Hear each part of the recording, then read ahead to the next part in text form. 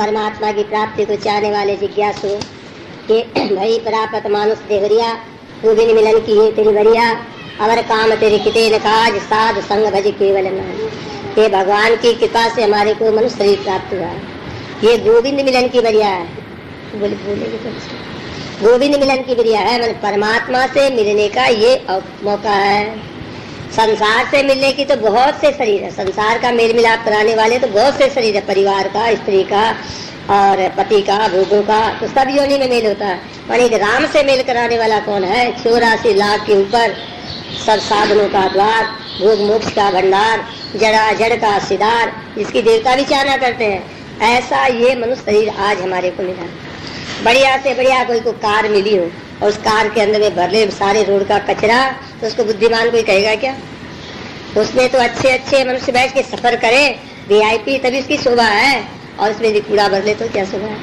इसी तरह ये हमारे को मानव जीवन क्या मिला भैया? एक बड़ी दिव्य कार मिली है। और इसमें यदि हम संसार की बुरी भावना रूपी दिल में कचरा भर ले तो मनुष्य जीवन की शोभा है क्या? जिन महापुरुषों के भीतर दैवी गुण भरे हुए हैं, जिनका जीवन VIP बना हुआ है, माने करोड़ों में एक, उनको देखने के लिए सारी दुनिया तरसती है। हमारे भी हाथ पांव ऐसे ही है, हमारे भी 9 धातु का शरीर है, उनके पास में भी फर्क किसमें है? विचार कर। आत्मा भी सब में उसमें है, फर्क किसमें है? मन में। ये बीच वाला मन बहुत गड़बड़ कर दिया। महापुरुषों का मन सीधा लक्ष्य जाके परब्रह्म में लगता है, और संसारियों का मन कहाँ लगता है भैया? एकदम लक्ष्य से बेलक्ष्य जाता है। इसका लक्ष्य नहीं है, कभी घर पहुंच सकता है क्या? बिना टिकट का राई और बिना लक्ष्य के नक्शे के फैक्ट्री और बिना लक्ष्य का कोई कार्य पूरा हो सकता है क्या? हम रिक्शा मंगा लें और मैं चल बोले कहाँ चलोगे तो पता नहीं कि आपको कहाँ ले जाएगा सफर कराने। पहले आप लक्ष्य बनाते हैं कि अमुक जगह हमारे को जाना है, तब वहाँ से रवाना होते हैं। तो मनुष्य जीवन का लक्ष्य क्या है? हमारा लक्ष्य एक होना चाहिए। परमात्मा का जीवात्मा का एकत्व मेल कराना, यही हमारा लक्ष्य होना चाहिए। संसार का भी जो काम करते हैं उसमें क्या लक्ष्य होना चाहिए भैया? भोग प्राप्ति लक्ष्य नहीं होना चाहिए। हमारा क्या होगा? भगवत प्राप्ति लक्ष्य होना चाहिए। क्यों? गृहस्थाश्रम का दिया ना, कि अपने अपने वर्णाश्रम के अनुसार जब मनुष्य सेवा करता है तो उसका अंतर्गण क्या होता है? शुद्ध होता है। ब्राह्मण, क्षत्रिय, वैश्य, शूद्र जो भी है वो अपने अपने गृहस्थाश्रम के, अपने अपने वर्णाश्रम के अनुसार सबको संतुष्ट करता है सेवा के द्वारा। तो उसका क्या बन जाता है? वो तप बन जाता है। और सबके भीतर बैठे हुए नारायण क्या देते हैं भाई? प्रसन्नता की आशीर्वाद देते हैं। उसे अंतर्गण क्या होता है? उसका शुद्ध होता है। तो शुद्ध अंतर्गण में क्या होगा? भगवत साक्षात्कार होगा कि जगत का साक्षात्कार होगा। तो एक गृहस्थाश्रम हमारे को बांधने के लिए नहीं मिला था, ये हमारे को किस लिए मिला था भैया? छूटने के लिए मिला था।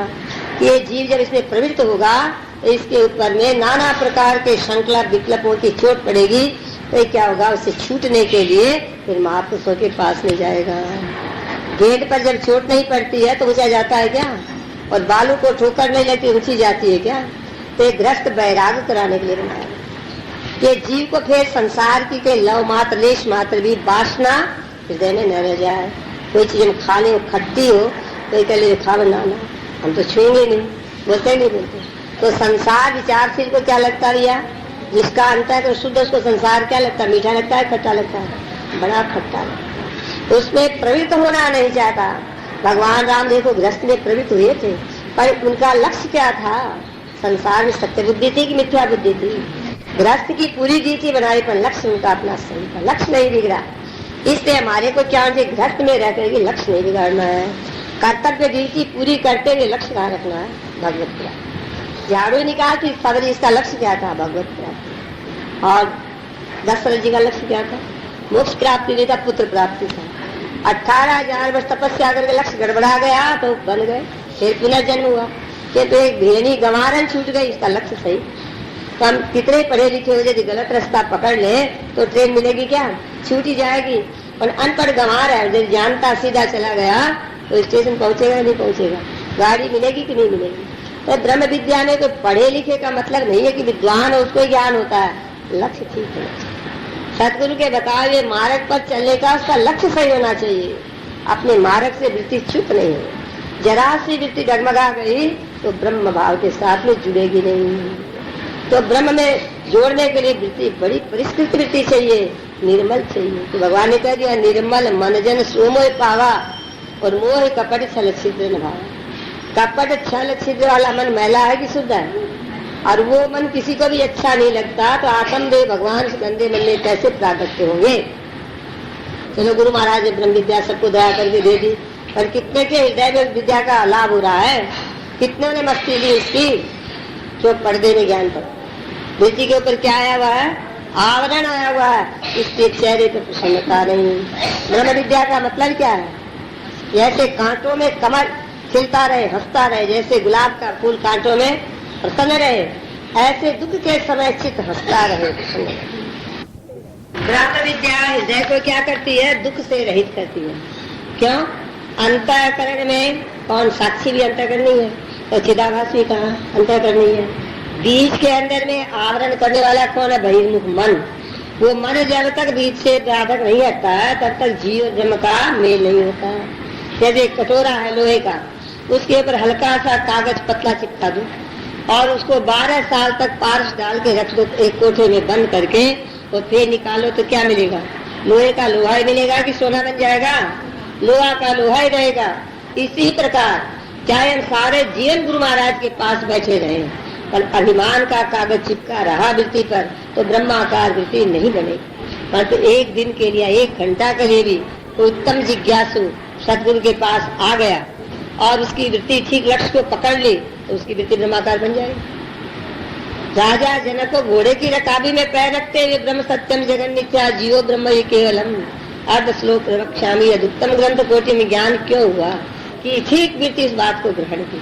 खटवांग राजा को एक मुहूर्त में हुआ, तो हमारे को क्या ज्ञान होने में अनादिकाल लगेगा? पर जब तक नहीं वृत्ति जुड़ेगी, एक ये जन्म क्या कोटि कोटि जन्म बीतने पर भी वृत्ति ब्रह्माकार रामाकार नहीं हो पाएगी। जब वृत्ति नहीं बनी तो हम कोरे के कोरे ही है। बनाना किसको है? शरीर तो है जैसा है, ये तो बेचारा अच्छा भी नहीं बुरा भी नहीं, ये तो पार्थिव जड़ है। और आत्मा राम तो पवित्र, हम पवित्र है। परंतु बिगड़ा कौन है? मनी राम जी। जो बिगड़ा है वो बिगड़ा ही रहा, तो क्या फायदा हुआ? विचार की छींच नहीं लगी मन को। मन क्या भैया? विचार से रहित है। बोलते हैं सत्संगी और है कुसंगी। देहाध्यास तब तक क्या? कुसंग किसको कहते हैं? सबसे बड़ा कुसंग कौन है? यही तो सत्संग और यही कुसंग है। देह में लगी हुई वृत्ति है कुसंगी, और आत्मा में लगी वृत्ति क्या है? सत्संगी। सत्य का जो संग कर लिया, वह सत्य को कैसे ग्रहण करेगा? बादाम तो हम ले लें और छिलका आपको दे लोगे? तब भी नहीं लोगे आप, परंतु बादाम से छिलका राजी राजी ले लोगे। खरीद के लाते नहीं लाते? बिना फोड़े हुए बादाम, और कितनी कीमत दे दे के लाते? 100 रुपये। खराब है, खराब।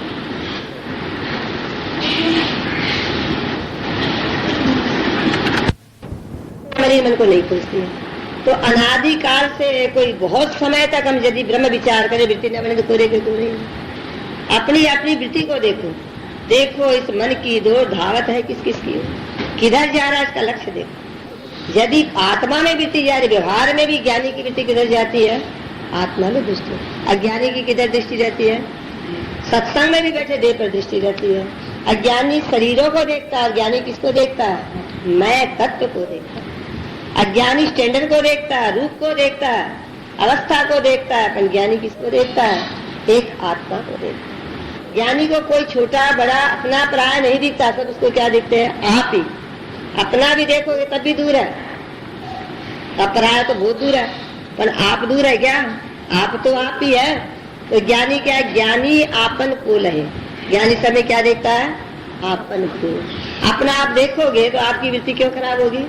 वृत्ति खराब करने वाला कौन है? द्वैता भाव। ये द्वैत बुद्धि ही नाश का कारण है। यही जन्म मरण को देने वाली है। अमुक ने ऐसे कर दिया, तमुक ने ऐसे कर दिया। दोनों तरफ कौन है? मैं में, तू में, ये में, वह में कौन बैठा हुआ है? नहीं तो बैठा हुआ। पर ये दे दृष्टि मैं दिखने नहीं देती, ऊपर से पर्दा लगा देती, आवरण लगा देती है। एक में अनेक का दर्शन कराती है। क्या? अविद्या। और शुद्ध बुद्धि क्या देखती है? सब में एक ही देखती, सबका दुख सुख सम कर जाने, और मान अपमाना और हर्ष से उठते रहे। पिता ज्ञानीता है पिछाना। दूसरे के दुख को अपने समान समझते हैं, और मान अपमान को तुच्छ समझते हैं। और हर समय ज्ञानी द्वंद्व से क्या रहते भैया, निर्लेप रहते हैं। आत्मा तक द्वंद्व नहीं पहुंच पाते। द्वंद्व कहाँ तक पहुंचते, मन तक। तो मन आत्मा है क्या?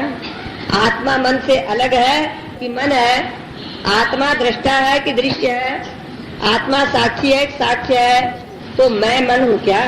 तो मेरे को पीड़ा होती है क्या? और मिल जाए, किसके साथ मिलते हैं? मन के साथ। और मिलते क्या हो जाते हो? दुखी हो जाते हो। और जब सुसुप्ति में हो उस समय मन साथ नहीं है तो दुख है। आपका स्वरूप क्या है? दुख है या आनंद है? आपका स्वरूप आनंद है, पर आप दुख के साथ जुड़ते दुखी हो जाते। तो ध्यान क्या रखना है कि दुख से हमारे को वृत्ति को सटने और अभ्यास क्या करना, आंख मीच के क्या, होठ हिला के क्या नहीं, खाली लक्ष्य रहना चाहिए हमारा कि हाँ वृत्ति परिहारी आंख मीच के ध्यान नहीं करती है, सिर पर गागर लेके चलती है और उसकी वृत्ति किस में लगी रहती है? गागर में। बात करते भी बड़ी सावधानी से चलते हैं, मटका गिर न जाए। ऐसे ही महापुरुष सबसे बातचीत करते हैं, सब में क्या दिखाई देता है? आपको देखना सीखो, आप अपना सुमरन करो, आप अपना जाप, और आप बिना जो देखना यही है निश्चय पाप। सबसे बड़ा पाप क्या बताया? आपसे अलग देखना ही पाप है। देश के अंदर में क्रोध आएगा, देश में लोभ आएगा, मोह आएगा, अभिमान होगा, राग द्वेष होगा। जितना भी झगड़ा है दो में, एक में नहीं। कितना ही क्रोधी आदमी हो, क्या अकेला लड़ाई करेगा? अकेला तो निर्विकार है, और दो आ जाएगा तो फिर क्या होगा? खटर पटर होगी कि नहीं? तो ये द्वैत क्या जीव को फरमाने वाली है। भेद प्रतीति महादुख दाता यम कट में ये भेद बुद्धि बड़ी दुखदाई है। इसको मिटाने के लिए कठिन पुरुषार्थ करेंगे, नित्य निरंतर वृत्ति का ध्यान रखेंगे तब काम। आप घर में बैठे हुए चंचल बालक का कितना ध्यान रखते हो कि कहीं चूल्हे की तरफ न चला जाए, कहीं सीढ़ी से न गिर जाए, कहीं चाकू हाथ में न ले ले, कहीं कुछ खा न जाए कि मौत के घाट पहुंच जाए। रक्षा करते हर समय क्या आंख मीच के ध्यान लगाते हो? नहीं, भोजन बनाते भी बच्चे में ध्यान है, कपड़ा सिलते भी ध्यान है, अनाज चुगते भी ध्यान है, पाठ करते भी ध्यान है। ऐसे इस वृत्ति का ध्यान रखना है कि वृत्ति कहाँ है। तो गृहस्थ की सेवा करते हुए वृत्ति को किस में रखना है? लक्ष्य के अंदर में रखना है। तो वर्ण आश्रम की व्यवस्था इसीलिए बनाई कि क्रमशः वृत्ति को मार्जन करते करते करते करते आगे शुद्ध बना करके ब्रह्म तक पहुंचाना है। पहले निष्काम कर्म, फिर बताया उपासना, फिर क्या बताया भक्ति, फिर क्या बताया ज्ञान और वैराग्य। तो एक बार सनस में मिलते हैं कि एक ही साथ मिलते हैं? अनेक जन्म से जीव साधना करता आता है, तब जाकर के अंतःकरण में ये बातें प्रिय लगती है। कान्हा तुलसी पूर्व जन्म से पूर्व पाप से हरि चर्चा न सुहाय, और जैसे ज्वर के रोग में भोजन की रुचि जाए। पर जो पुण्यात्मा होता है सुचि नाम श्रीमताम गे योग भ्रष्टो भी जाए थे। जो योग भ्रष्ट होते थे बाल्यवस्था से ही सत्य की चर्चा, हरि की चर्चा प्रिय लगती है, भोग चर्चा प्रिय नहीं लगती।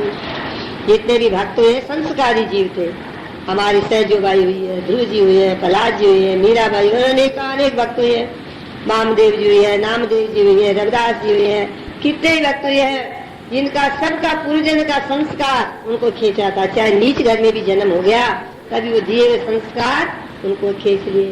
पर जिस अंतर्गत में संस्कार ही नहीं, वो चाहे ब्राह्मण कुल में भी पैदा हो गया तो क्या सुधरी है? तो संस्कार मन में भरा जाता है कि तन में भरा जाता है? और संस्कार कानों के द्वारा जाता है, और संस्कार अच्छे संस्कार मिलता है अच्छा संग से, और बुरा संस्कार मिलते हैं बुरे संग से। तो बचपन से, गर्भ से, बाल्यावस्था से जिसको संस्कार बढ़िया मिलते हैं उसका क्या माना जाएगा? एक नंबर का फूल। और जिसको भोग के संस्कार मिलते हैं उसका क्या भैया? यानी निकृष्ट कोटि के। और उससे भी निम्न कोटि के कौन है? जिसको कलह कलेश का संस्कार, लड़ाई झगड़े का संस्कार, तेरी मेरी का संस्कार, वो तो एकदम पतित से भी पतित। ऐसे संस्कार वाले जीव का उद्धार बहुत कठिन। राक्षसों की श्रेणी ठीक है, न भक्तों की श्रेणी, न विषयों की श्रेणी, असुरों की श्रेणी। देखो विषय तक तो सुधरने में आराम है, ये जिज्ञासु तो सुधरने में कोई देरी नहीं। पर विषय को भी हम जिज्ञासु बना सकते हैं, पर पामर को बनाना बड़ा कठिन। उसको बनाना बड़ा कठिन है। अति मैला कपड़ा उसको धोने में कितनी परेशानी होती है, पर जो थोड़ा मैला हो 1-2 बार साबुन लगाते क्या होता है? साफ हो। तो अंतःकरण में हम संस्कार अच्छे नहीं करेंगे तो ब्रह्माकार वृत्ति बनेगी। केसर कहाँ होती है? कश्मीर में होती है, सब जगह केसर नहीं होती। तो एक जड़ वस्तु को भी उत्तम भूमि की आवश्यकता होती है, तो ब्रह्म विद्या के लिए क्या चाहिए भैया? अति पावन भूमि चाहिए। पावन भूमि में ही परमात्मा का साक्षात्कार आविर्भाव होता है। अप्रोक्षानुभूति और मलिन से मलिन, पागल से पागल, मूर्ख से मूर्ख, अनपढ़, हर वर्ण आश्रम के व्यक्ति में कौन सी बुद्धि जागृत है? देहाभिमान। देहाभिमान बुद्धि क्या है? सबसे बड़ी मैली बुद्धि है। इसको कहते ब्रह्म हत्या। देहाध्यास वाली बुद्धि कौन है? ब्रह्म हत्यारणी।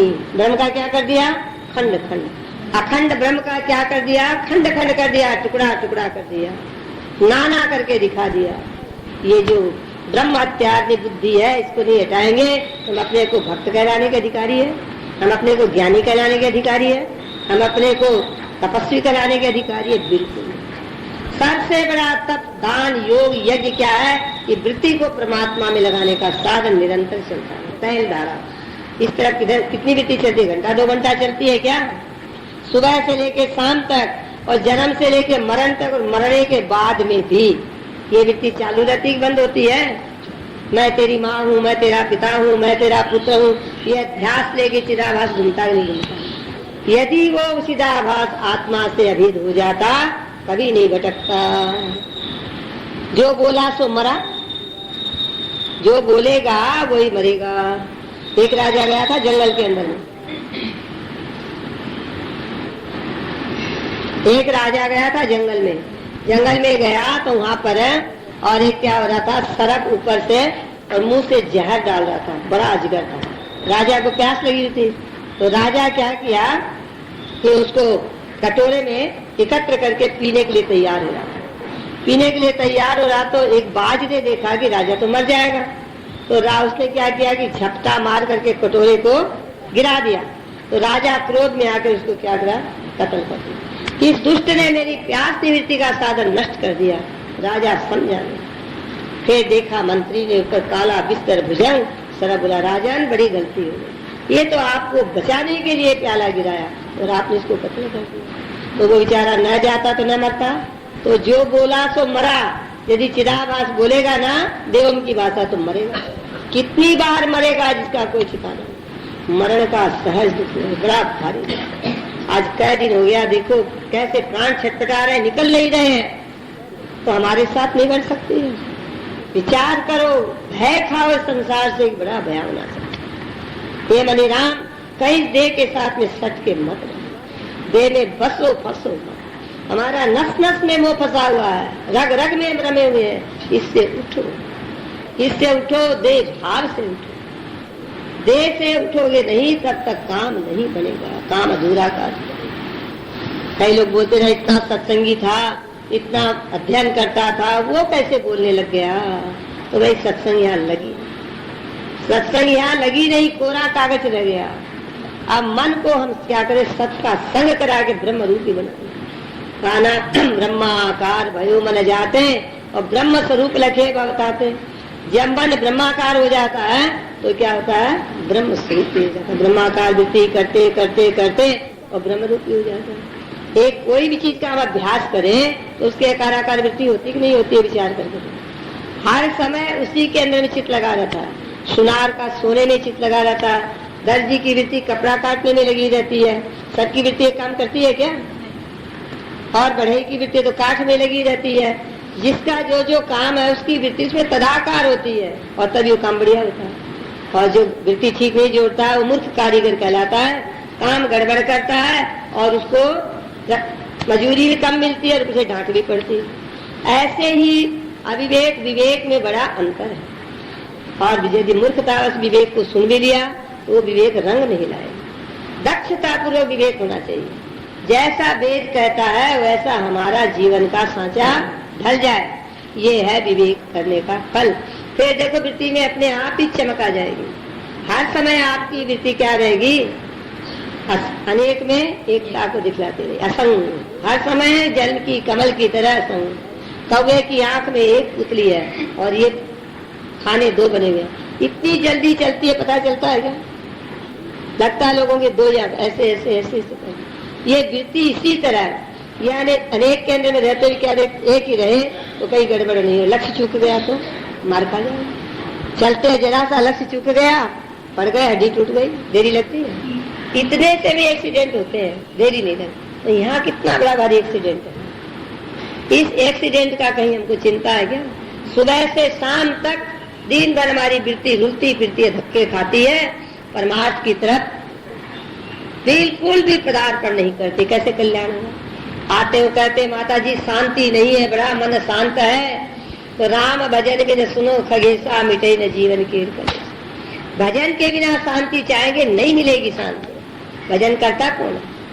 भजन कोई नहीं करता, और करता भी है तो बेटा बेटी की प्राप्ति के लिए, धन की प्राप्ति के लिए उस भजन को बेच देते हैं।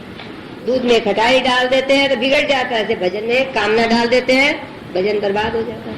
निष्काम भजन कौन करता है? भगवत प्राप्ति के लिए कोई करोड़ों में एक करता है। भजन करके देखो शांति आती कि नहीं आती। दुख यदि छू जाए तो फिर बोल देना, और करते कुछ नहीं, चाहते सुख तो कैसे मिलेगा? साधन तो करना पड़ेगा। अब प्रारब्ध जो खोटी बन चुकी है वो सामने भी आएगी भी तो विचारवान को सताएगी नहीं। विचारवान से क्या रहेगा? निर्मम असंग होके रहेगा। बारिश में कितना ही पानी बरसों पर रेनकोट कर ले, छाता लगा ले, उसको पानी लगता है क्या? तो दुख सुख तो प्रारब्ध के आएंगे, पर उसे भीजो ना भी, जो आपकी बात है। आपके पास साधन होगा तो भीजोगे नहीं, और साधन नहीं होगा तो भीज जाओगे। पानी तो बरसना बंद होगा नहीं। ऐसे दुख सुख आना जब तक शरीर है तब तक ये बना ही उसका ये पुण्य प्राप्त। ये बंद नहीं होंगे, दोनों धन चलते ही रहेंगे। पर इसमें बचना किसको भैया? विचार का छत्ता लगा करके, रेनकोट पहन के मन को बचा लो कि कहीं संसार की हवा न लग जाए, कहीं संसार के ताप से मन जल न जाए। और हम सबसे पहले किसको जलाते हैं? मन को ही जलाते। शरीर को तो खूब खिला पिला के मोटा करके गद्दों पे पटके रखते हैं, मन कहाँ लौटता है? आग में। मन को दिन भर में एक कोर भी नहीं मिलती। मन का भोजन कौन है? भजन। और तन का भोजन कौन है? अन्न। तो मन का भोजन तो मिला नहीं, तन को खुआते रहो। घोड़े को कितना ही खुआ लो, सवार भूखा मरेगा तो घोड़े को ले जाएगा कौन चला के? तो भाई ये मनुष्य जन्म जो हमारे को मिला है सही लक्ष्य में जाने के लिए। अभी वृत्ति हमारी लक्ष्य में नहीं पहुंच गई। हम भजन भी गाते हैं, कीर्तन भी करते हैं, आरती भी करते हैं, पाठ भी करते हैं, पूजा भी करते हैं, ग्रंथ भी पढ़ते हैं, पर वृत्ति कितनी देर अपने में रहती है? जरा विचार करके देखो। जो बिल्कुल भी इधर नहीं आता उसका तो महान ही बुरा हाल है, वो तो एकदम बेहोश है। पर हमको थोड़ा थोड़ा होश आया, अभी थोड़ा थोड़ा मार पिया का थोड़ा थोड़ा होश आता ना, तब उसको पूछा जाता कैसे? यहाँ थोड़ा थोड़ा करता, और पूरा उतर जाता तो चिल्लाने लगा, फिर मार पिया दे देते। इसी तरह भैया जो भजन करते हैं ना, वो मार पिया इंजेक्शन दे रहा है, दुख सुख से क्या हो जाते हैं? बच जाते हैं। और थोड़ा सा दुख सुख है, भजन का असर उतरा, और फिर क्या होता है? फिर मन के भीतर में पीड़ा होने लग जाती है, फिर दर्द होने लग जाता है। इसलिए ये इंजेक्शन साथ में रखो, तत्वमसि तम ब्रह्मा, ये महावाक्य जो गुरु का है, इंजेक्शन बड़ा फुल पावर इंजेक्शन। इसको मन के लगाते रहो, इसको होश ही मत होने दो। संसार की तरफ से बेहोश रहो, और परमात्मा की तरफ से क्या रहो भैया? होश में रहो। हमारा उल्टा हो गया, संसार का तो होश बहुत है, परंतु परमात्मा की तरफ से बेहोश। या निशा सर्वभूतानां तस्याम जागृति संयमी, यस्याम जागृति भूतानि सा निशा पश्यतो मुने। जिधर से संसारी जागते हैं उधर से तो महापुरुष सो जाते हैं, और जिधर से संसारी सो जाते उधर महापुरुष जागते हैं। देव हमसे तो सो जाओ और सीओ हमें जग जाओ, काम तो इतना ही करना। आजकल धान की खेती है ना, किसान लोग क्या करते हैं? रोपा करते हैं, इधर से उठाते इधर लगाते हैं। तो परमात्मा का मिलना कितना है? इधर से वृत्ति को उठाओ और इधर लगाओ। कितनी मेहनत से धान का पौधा रोपा करते हैं, हम उतनी भी मेहनत वृत्ति के लिए नहीं करें तो हमारी ये फसल कैसे तैयार होगी? दब गए। हमारा जो मन है, पूर्ति पौधा है, ये गंदे संस्कारों से, जैसे घास के नीचे धान दब जाता है, धान के पौधे दब जाते हैं तो पलवित नहीं होते। इसी प्रकार हमारा मन क्या हो गया भैया? दब गया विचार गंदे संस्कारों से। उनको जब तक हटा करके निनार करके आप स्वच्छ पौधों का पोआ नहीं लगाओगे तो धान पनपेगा। इसलिए निरंतर ब्रह्म विचार, चलते फिरते उठते बैठते सोते जागते हमको क्या करना चाहिए? चर्चा करो तो ब्रह्म की, कीर्तन करो तो ब्रह्म की, पूजा करो तो ब्रह्म की, अन्य पूजा काम। कौशल्य मन को जीत कर मुख मोड़ यदि सबसे लिया, पहचान कर लिया आपकी तो काम सब तुमने किया, कोई काम बाकी नहीं। मोक्ष के लिए कोई काम पे जीव का बाकी नहीं है। आप अपने घर पहुंच जाते हैं तो आपका चलना समाप्त हो जाता है, फिर आपको रिक्शा या कार या कुली या कोई चीज की दरकार होती है क्या? घर आ गए बस, तो अपने घर में जब पहुंच गई वृत्ति, फिर उसको करने धरने की क्या जरूरत है? पर नहीं पहुंचती है तभी तक ही करना। सावन भादों में उमड़ घुमड़ के नदियां दौड़ रही है, दिन रात सतत पुरुषार्थ कर रही है। किसके लिए कर रही है? समुद्र में मिलने के, कि भाग दौड़ से हम बंद हो जाए। हम पुरुषार्थ करते हैं भाग दौड़ को बंद करने के लिए नहीं करते। और नदियां किसके लिए करती है? कि हम पूर्णता में पहुंच जाएं। हम तो करते उल्टा, हो जाए सही।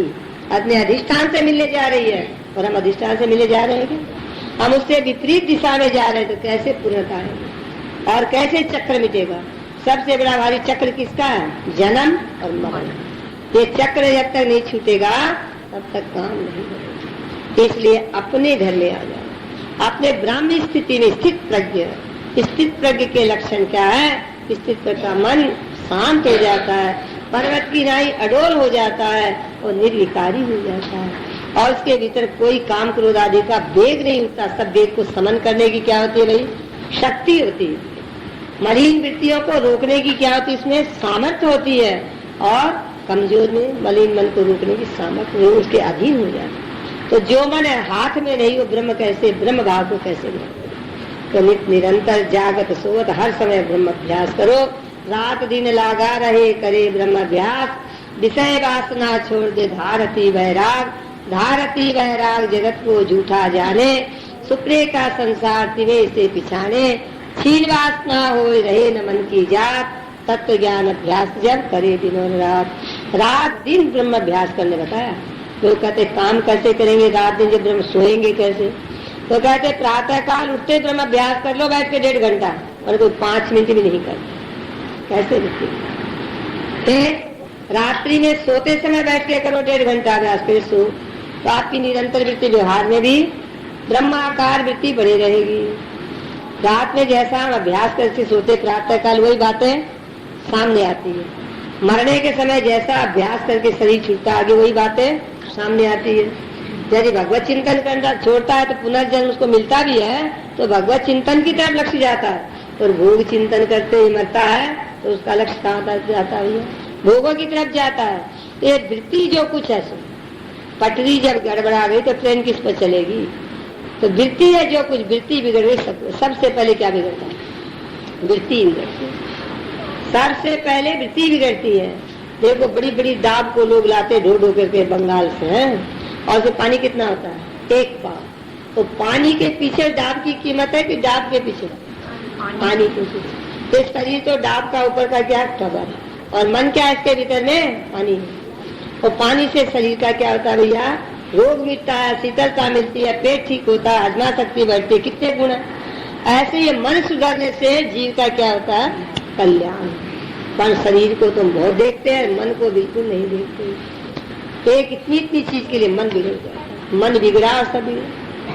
बोला दिन दाल बिगड़ा तो दिन बिगड़ा, अचार बिगड़ा तो साल बिगड़ा, और स्त्री बिगड़ी तो घर बिगड़ा, और मन बिगड़ा तो जीवन बिगड़ा। फिर ये बार बार चीजें बनती हैं। इसलिए अपने जो जीवन का महान उद्देश्य है उसको पूरा करने मन की निगरानी रहो। गृहस्थ में रहो, चाहे वानप्रस्थ में रहो, चाहे ब्रह्मचर्य में रहो, चाहे संन्यास में रहो, कहीं भी रहो। ये तो सब ऊपर का वेशभूषा है, पर मन को देखो, मन सन्यासी हुआ। गृहस्थ में रहते यदि मन सन्यासी है तो हम संत ही है, और भगवान भी रंग लिया। और मन यदि हमारा संसार का चिंतन करता है तो संत काम है। बहाना तो संत का और स्वभाव किसका है? असंत का। कोई फिर काल लेने वाली दशा होगी। उगड़े अंतन हो निभाओ, काल ने निज में रावण राहु। कपट की भक्ति रही तो भगवान को प्रिय नहीं। सही होना चाहिए, जैसा अंदर वैसा मन क्रम वचन छाड़ चतुराई, और भजते ही कृपा करे रघुराई। मन से, वाणी से, शरीर से चतुराई ढोंगबाजी छोड़ के जो भजन करे उस पर ही भगवान की क्या होती है? वही प्रसन्नता प्राप्त होती है। तो हमको दिखावा नहीं करना है, हमको तो अपना जीवन बनाना है। हरी रस बड़ा मीठा है, इसको पीना है। भीतर ले जाओ, इसको अंदर पी जाओ। एक गुटका भी पी जाओगे तो फिर संसार का दुख आपके नेड़े नहीं आएगा। महापुरुष हरी रस के बल से देखो कितनी मस्ती में मस्त रहते हैं। चाहे सूखी खाने मिले, चाहे रूखी खाने मिले, चाहे एक गोदड़ी में 100 टांकी हो, चाहे झोपड़ी में हो, चाहे गाछ के नीचे हो, चाहे शिला पर हो, कहीं भी हो, पर चेहरे की प्रसन्नता, मस्ती कितनी झलकती है। और एक राजा, बादशाह, सेठ, साहूकार का चेहरा देखो, स्टैंडर्ड कितना अगले पास में, पर जलन, हृदय की जलन स्टैंडर्ड से मिटेगी क्या? नहीं। आप 50,000 के सोफा पर बैठ गए, आपका मन जल रहा है तो आपका सोफा किस काम है? और आप बालू पर बैठे हुए हो और आपका मन यदि प्रसन्न है तो आपके लिए दुख कहाँ है? तो वस्तु से दुख नहीं, वस्तु से सुख नहीं, सुख किसी से भाई? ये मनी राम। हम गए थे लक्ष्मणगढ़ में, सरदारनाथ जी के आश्रम में, उनकी भजन की जो स्थली थी उसने हमने देखी, केवल बालू वहाँ पर बिछी हुई है और एक झोपड़ी बनी हुई है और इसमें एक तो लकड़ी का तख्ता बिछा हुआ। वहाँ 10 मिनट बैठे, ऐसा अच्छा लगता था कि बस बैठ करके चिंतन ही करे और कुछ भी न करे। ये किसका प्रभाव है? ये शुद्ध मन का प्रभाव है, ये भगवत चिंतन का प्रभाव है। वो भूमि में भी वो प्रमाण हुआ जाता। तो भूमियों की भूमि में बैठे तो वो भूमि कितनी दूषित हो जाती है, वहाँ के परमाणु कैसे होते हैं विचार करके, तो जहरीले परमाणु। आप संसारियों के भी मकान में जाओ, सत्संग भवन में भी रह के देखो, आपके विचारों में कितनी परिवर्तनता आती है। तो ये सारा मन का जितना भी भाव है, सब जड़ पदार्थों में क्या होता है? खान में, पान में, व्यवहार में, बोली में, चाली में, क्रिया में, सब में ये क्या है? इसका संचार होता है। ये बड़ी भारी के एसेंस है, बड़ी कीमती मिठाई है। क्यों? आप यदि प्रेम से मीठा बोलोगे तो मीठा का रस सब में फैल जाएगा, नहीं फैल जाएगा? चीनी का रस नहीं फैलता, किसका फैलता भाई? मीठे का रस फैलता, मीठी वाणी का। वाणी मीठी कौन बोलेगा? जिसका स्वभाव अच्छा है। जिसका स्वभाव खराब होगा उसे मीठी वाणी नहीं निकलेगी। तो इसलिए सोचो कि मन कितनी बढ़िया चीज। ये मन क्या नहीं करता है? हर एक चीज को बिगाड़ सकता है और हर एक चीज को सुधार सकता है। तो मन ही तीरथ है और मन ही नरक। मलिन मन क्या है भैया? नरक है। शुद्ध मन क्या है? ये तीरथ कहो, परम पद कहो, परम धाम कहो। तो इसलिए हमको क्या करना है? सतगुरु रूपी तीरथ पर, सतगुरु के ज्ञान रूपी गंगा में आकर के स्नान करना है और ये मन के ऊपर जो विकार है उनको मल मल के निरंतर अभ्यास के द्वारा, विचार के द्वारा दूर करते रहना है। ये करते करते देहाध्यास का क्या हो जाएगा? बाद हो जाएगा। फिर एक ही शेष रह जाएगा, अहम ब्रह्म अस्मि, अहम ब्रह्म मैं हूँ, अहम ब्रह्म अस्मि, अहम ब्रह्म मैं हूँ। ये निश्चय करो सच्चिदानंद मैं हूँ, ये निश्चय करो सच्चिदानंद मैं हूँ। अहम ब्रह्म अस्मि, अहम ब्रह्म मैं हूँ, अहम ब्रह्म अस्मि, अहम ब्रह्म मैं हूँ। ये निश्चय करो सच्चिदानंद मैं हूँ, ये निश्चय करो सच्चिदानंद मैं हूँ। अहम ब्रह्म अस्मि, अहम ब्रह्म मैं हूँ, अहम ब्रह्म अस्मि, अहम ब्रह्म मैं हूँ। ये निश्चय करो सच्चिदानंद मैं हूँ, ये निश्चय करो सच्चिदानंद मैं हूँ। अहम ब्रह्म अस्मि, अहम ब्रह्म मैं हूँ, अहम ब्रह्म अस्मि, अहम ब्रह्म मैं हूँ। ये निश्चय करो सच्चिदानंद मैं हूँ, ये निश्चय करो सच्चिदानंद मैं हूँ। ये निश्चय करो सच्चिदानंद मैं हूँ, ये निश्चय करो सच्चिदानंद। बस ये एक निश्चय छोड़ के दूसरा निश्चय पकाया तो रुल जाओगे। इसलिए नाम रूप के गले से बाहर आकर के इसी निश्चय को ठहरा लो, बस अहम ब्रह्म अस्मि, अहम ब्रह्म मैं। ये ब्रह्माकार वृत्ति किसके समान है? ये गरुड़ के समान है, ये बारूद के गोले के समान है। जब बारूद का गोला तोप से छोड़ा जाता है तो फिर वहाँ पर कोई भी वस्तु नहीं ठहरती। ऐसे ही ब्रह्माकार वृत्ति के होते ही सारे जितने भी विकार है ये वहाँ से निरंतर विदा हो जाते, फिर आके उनका नामो निशान भी उदय होने की जगह नहीं रहती। तो हमें क्या चाहिए? हम अपने मन का हर वक्त व्यवहार क्षेत्र में भी रहते हुए ध्यान रखें। जितना सत्संग में सुना है उसका यदि हम एक पैसा भी ग्रहण करके चले जाएं और व्यवहार में उसका प्रयोग करें तो हमारे जीवन में दिव्यता आने में देरी नहीं होगी। यहाँ से उठे हुए व्यवहार उसी तरह का हुआ, अज्ञानी की तरह, अविवेकी की तरह, अभिमान सहित, तो फिर वो क्या है? फिर तो वही सारा यानी लिख करके जैसे पट्टी को धो देता है वैसे सुन के सबको बहा दिया, उससे कोई फायदा। ठहराओ, ठहरने से ये विद्या फलीभूत होगी, नहीं ठहरने से इसका नाम है ब्रह्म विद्या। ब्रह्म विद्या के समान जीव के लिए कोई भी सुखदायी, माता जीवे रक्षा करे, पिता जीवे हित करे। ब्रह्म विद्या क्या है? माता की तरह जीव की रक्षा करे, पिता की तरह हित करने वाली है। सबसे बड़ी ब्रह्म विद्या है। अविद्या को भगाने के लिए ब्रह्म विद्या का आविर्भाव करना ही पड़ेगा, नहीं तो अविद्या छोड़ेगी नहीं। ये यज्ञ वाले को भी पकड़ रखी है, कर्म वाले को भी पकड़ रखी है, भक्ति वाले को भी पकड़ रखी है, भोग वाले को भी पकड़ रखी है। यह विद्या का बड़ा भारी हाथ है, बड़ा भारी हाथ है। मुंह था ना दशरथ जी के भीतर, 18,000 पर तपस्या किए, भगवान राम घर में आए, पर दशरथ जी को क्या दिखे? बेटा। और कौशल्या जी का लक्ष्य ठीक था, उनको क्या दिखे भैया? राम दिखे कि बेटा दिखा? और बेटे का भी सुख लिया उन्होंने, और दुख से भी उनका मन इतना दुखी नहीं हुआ, ड्रामा मात्र किया। परंतु दशरथ जी ने तो प्राण ही त्याग दिए। तो मोह जहाँ होता है वहाँ क्या होता है? अति क्लेश होता है। विवेक होता है, वहाँ क्लेश क्या होता है? सहने लायक होता है। तो हमें क्या चाहिए? हम कौशल्या जी की तरह विवेक का आदर करें और दशरथ जी की तरह मुंह का आदर न करें, नहीं तो बड़ी दुर्दशा होगी। बोलो सच्चिदानंद सद्गुरुदेव महाराज की। सर्वे भवन्तु सुखिनः, सर्वे सन्तु निरामया, सर्वे भद्राणि पश्यन्तु, मा कश्चित् दुःखभाग् भवेत्।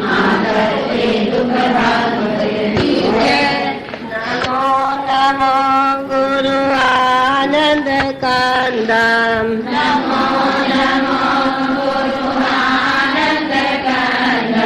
नमो नमो गुरु शांति कांदम,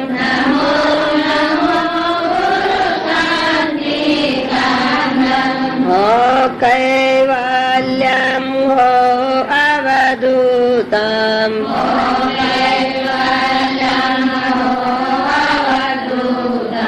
ज्ञान मूर्ति हो आत्मानंद,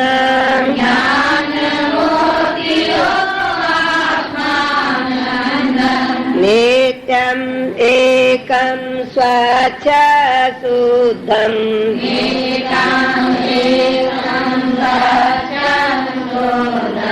सदा उदितम निजानंदम,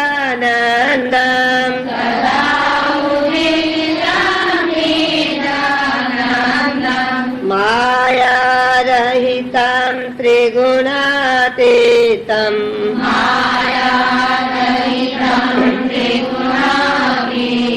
स्थित प्रज्ञं गुरु परिमानंदम,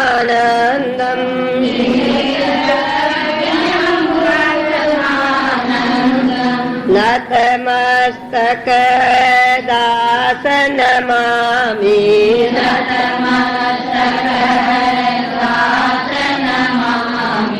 सतगुरु तव चरणारविंदम,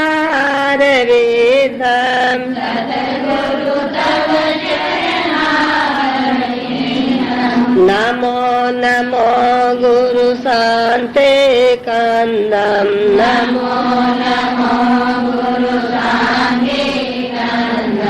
नमो नमो गुरु निजानंदम,